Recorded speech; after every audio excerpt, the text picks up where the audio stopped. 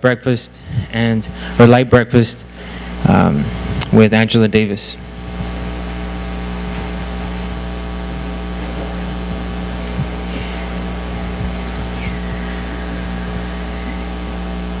Whoop.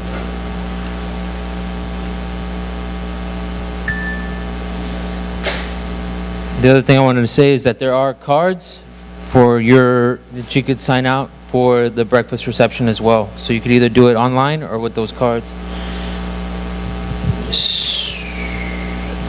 Please look at your seats, and if you don't have one, raise your hand and you will be brought a Friday Forum lunch survey. We're going to be collecting these surveys from people to find out what you all think, and this is not just for people who have been eating lunch or ordering lunch. It's for anybody. So even for those of you who are not ordering lunch here, you could go ahead and do your survey and give us your thoughts on the series and the lunch services that we provide.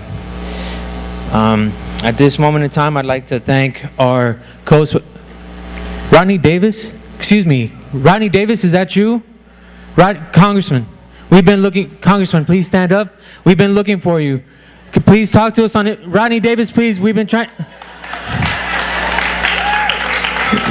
Where is Rodney? Sorry about that. Got a little excited there. We've been looking for Representative Rodney Davis to come talk with our families about comprehensive immigration reform. He has since ignored our calls and turned his back on a meeting that he told community leaders that he would meet with us to talk about CIR. So we have launched the Where's Rodney campaign. We encourage those of you who are interested in working with us on this to get involved. At the very least, we have Where's Rodney or contact cards, petition cards that are on your chairs.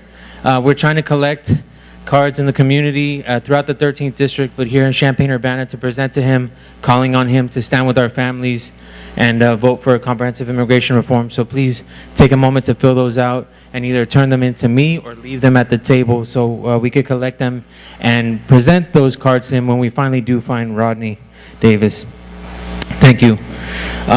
So I'd like to thank our co-sponsors for this series, Rethinking Security Beyond Mass Incarceration, sponsored by YWCA of the University of Illinois, Jan and Daryl Cruz, the Chapel of St. John the Divine, CU branch of AAUW, League of Women Voters of Champaign County, LGBT Resource Center, Champaign County ACLU, Dr. Ann Robin, Wesley United Methodist Church, Wesley Foundation at the University of Illinois, Education Justice Project, the Center for Advanced Study, Social Action Committee of the Unitarian Universalist Church, Bruce and Helen Berndt, School of Architecture, Department of Psychology, Department of Landscape Architecture, and support provided by SORF. So that is a long list. Some people are saying that that's the greatest amount of co-sponsors we've had for the series. So thank all of you involved in helping us secure those co-sponsorships. Sign language interpreters are available for any speaker in the series if the YMCA is contacted before 3 p.m. on the Tuesday prior to the Friday lecture. If you have any questions, contact the front desk, 337-1500. Friday Forum is rebroadcast on WEFT 90.1 Community Radio, Urbana Public Television, and in some cases YouTube. After the presentation, we will begin our question and answer period using the remote microphone to field questions. Please wait to ask your questions until you have been given the microphone. If you need to leave during your presentation, please feel free to discreetly slip out. If you are a student here for class, please make sure to sign in on the sheet that is circulating. There is also a sign-in sheet at the welcome table. And the most important announcement, I am done. I would like to invite James Kilgore, community leader with CUCPJ and Citizens with Conviction. Yes. Yeah. Thanks, Megan. Please fill out your lunch survey. James Kilgore, thank you for being here.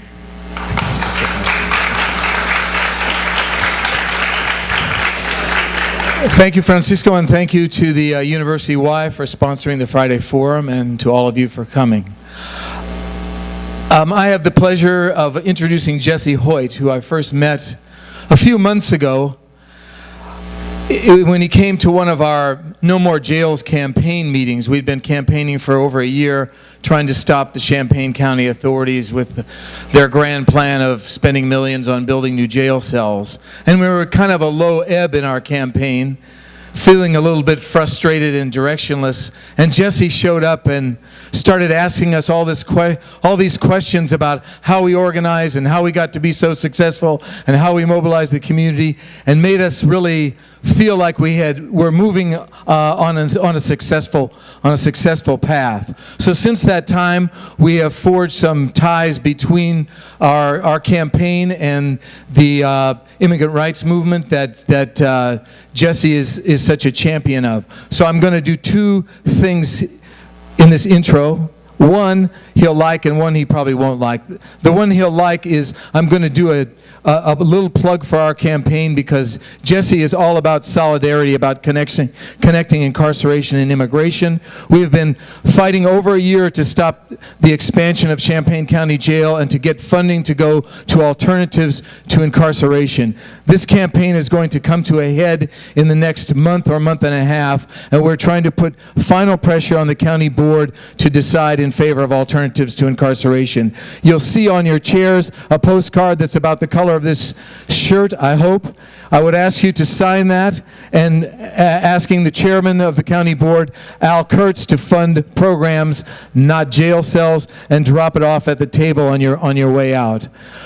And we also want you to attend upcoming meetings, and the dates are there, but the most important one is the county board meeting of October 1st at 6 p.m. at the Brookings Administration Building. We have more information, but that's enough for this plug. The second part of my introduction has to do with embarrassing Jessie, because Jessie is a graduate of the University of Illinois who has not bought a football team. He has not bought an English Premier League soccer team. Instead, he has continued his work as a social justice activist, which began here at the University of Illinois when he helped to found the Champaign-Urbana Immigration Forum as a student member of La Colectiva.